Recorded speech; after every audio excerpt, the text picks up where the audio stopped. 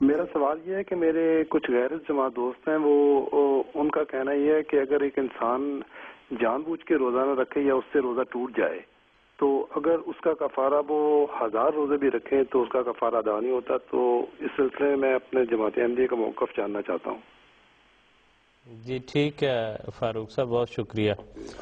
جی مفتی سلسلہ تشریف فرمایا ہمارے ساتھ جلسے کی برکت سے. آج کل یہیں تشریف لائے ہوئے ہیں، عام طور پر تو فون پر ہوتے ہیں ہمارے ساتھ. تو پوچھتے ہیں جی کیا اس سلسلے بات میں یہ ہے کہ جس انسان نے جان بوجھ کر روزہ نہیں رکھا، یہ واقعی بات درست ہے کہ بعد میں اگر وہ روزہ رکھتا ہے تو وہ اس روزے کا بدل نہیں ہو سکتے، اور اگر اس نے جان بوجھ کر روزہ توڑ دیا ہے تو اس کے لیے روزے کا کفارہ ہے کہ وہ 60 مسکینوں کو کھانا کھلائے یا 2 مہینے کے مسلسل روزے رکھے اگر اس کو توفیق ہو. لیکن اگر توفیق ہی نہیں ہے بدنی طور پر بھی یا مالی طور پر بھی، تو اس کا علاج پھر صرف توبہ اور استغفار ہے کہ دل میں حقیقی ندامت پیدا کرے اور خدا کے حضور مجسم استغفار بن جائے تو اللہ تعالیٰ اس پہ رحم فرمائے.